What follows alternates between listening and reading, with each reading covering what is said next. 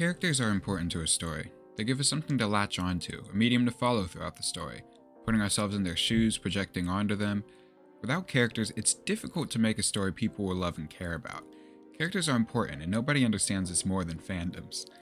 Fandoms love characters. There are fandoms specifically built around characters alone, with people who have never even seen the story being a part of them. People fall in love with the characters' designs, or motives, or personalities, and may even fall for things that aren't necessarily visible.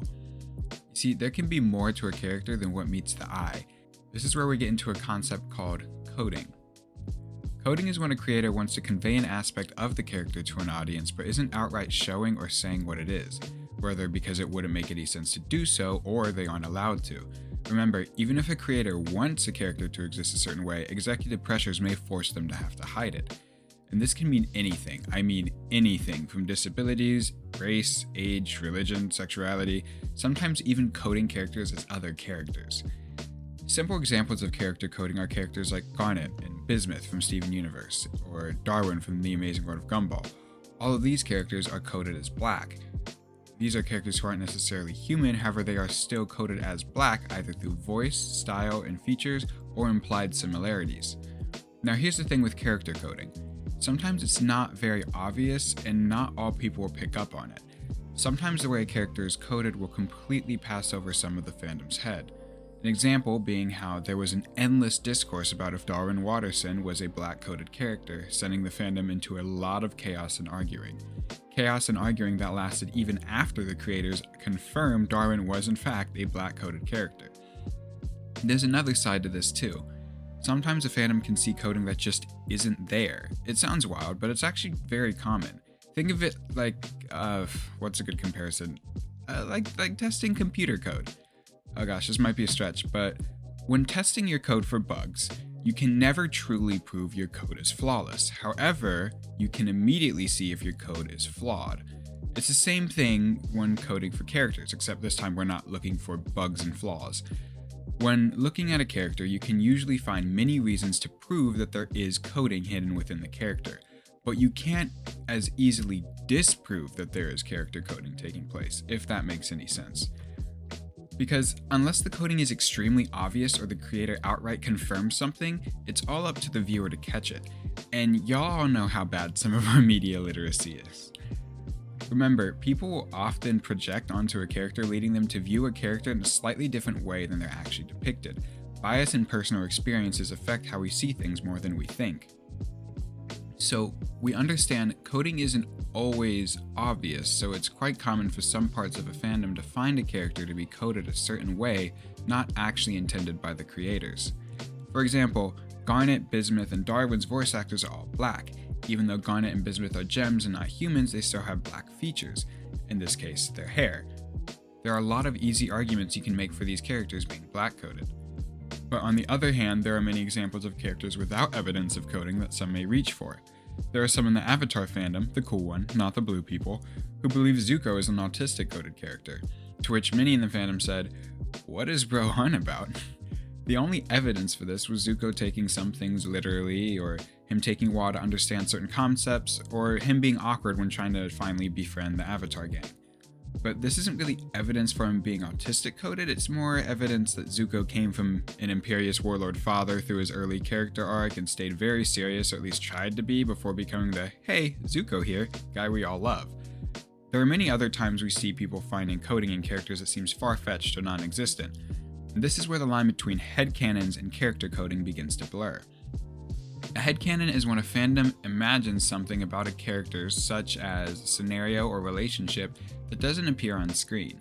Headcanons can go anywhere, especially when a series gets very popular, but it's not far enough into its run for the characters to be truly figured out yet. This is when headcanons truly run rampant and coded gets thrown around very loosely. And there's no better example of that right now than what's happening with the characters of The Amazing Digital Circus. The Amazing Digital Circus is a pilot animated by the self-funded Australian studio Glitch Productions. At the same time me making this video, the pilot released on YouTube about 2 weeks ago. It's made by animator and composer Gooseworks, and it took the internet, especially the art community, by storm. The psychological horror and comedy blend with an interesting premise. It's great but cheeky 3D animation that really nicely supplements its circus aesthetic, and it's banger music. When I realized Gooseworks was a composer as well, it made so much more sense. It's no wonder the Amazing Digital Circus pilot blew up so quickly, but here's the problem. That was only the pilot, and the project is self-funded by Glitch Productions, a fully self-sustained animation studio. Of course, with its amazing success, it's very likely we'll get more. The plushies they've been selling to gather funds have sold out, at least at the time of me making this. I'm sure they've restocked by now, so don't panic. And the Amazing Digital Circus has already become Glitch's most well-received pilot yet, even beating out their previous series, Murder Drones. But it will take time to produce the rest. Some say it could take 2 months for a second episode, others say 1 year is more likely.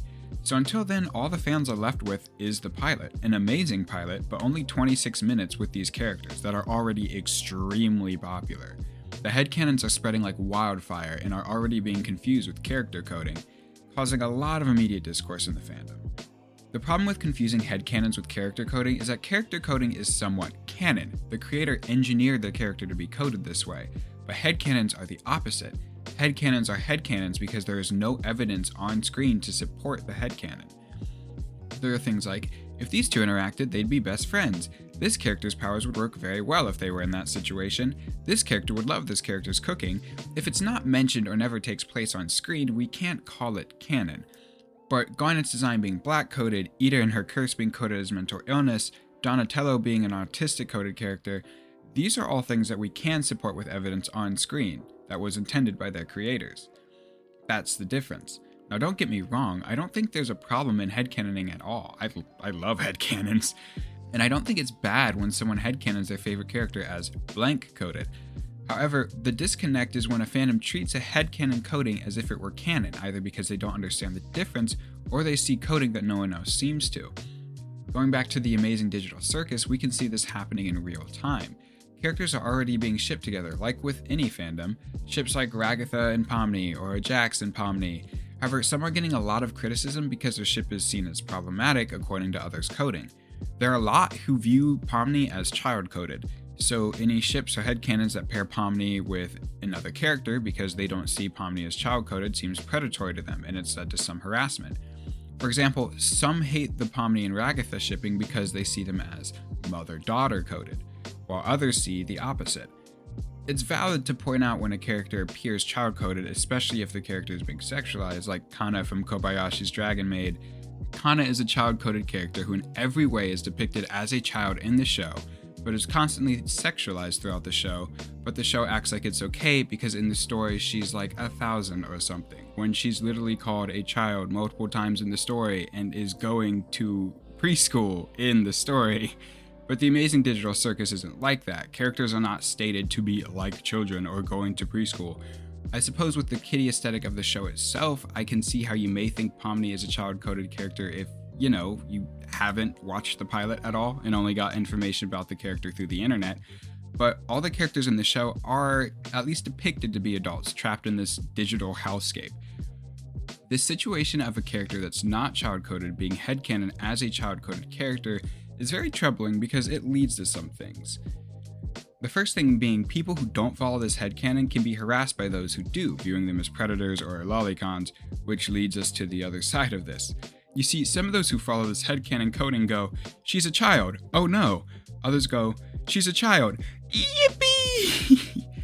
There's already been a lot of controversy with some who watch way too many questionable things going, "Oh yes, she's a lolly." For those of you who are lucky enough to not know what that is, lolly comes from the word lolicon, mostly found in anime and popular Japanese mediums. Lolicon is a genre of fictional media in which a young girl's character appears in a romantic or sexual context.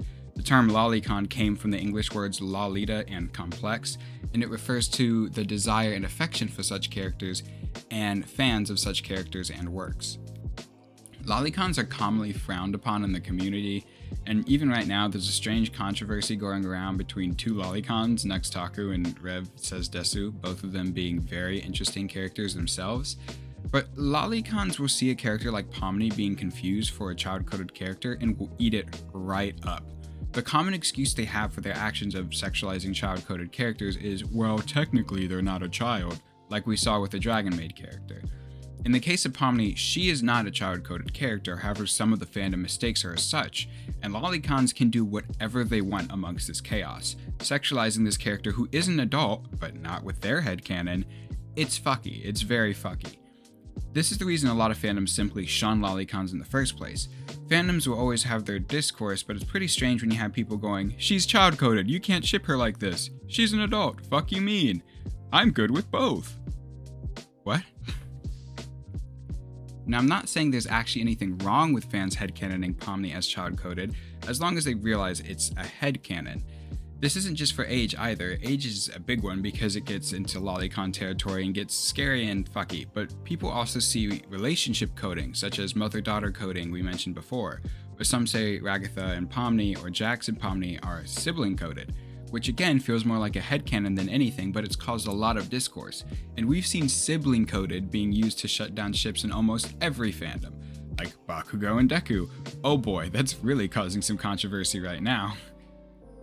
Even in early Owl House, some tried to say Luz and Amity were sibling coded, which, sure, okay, whatever you say, buddy.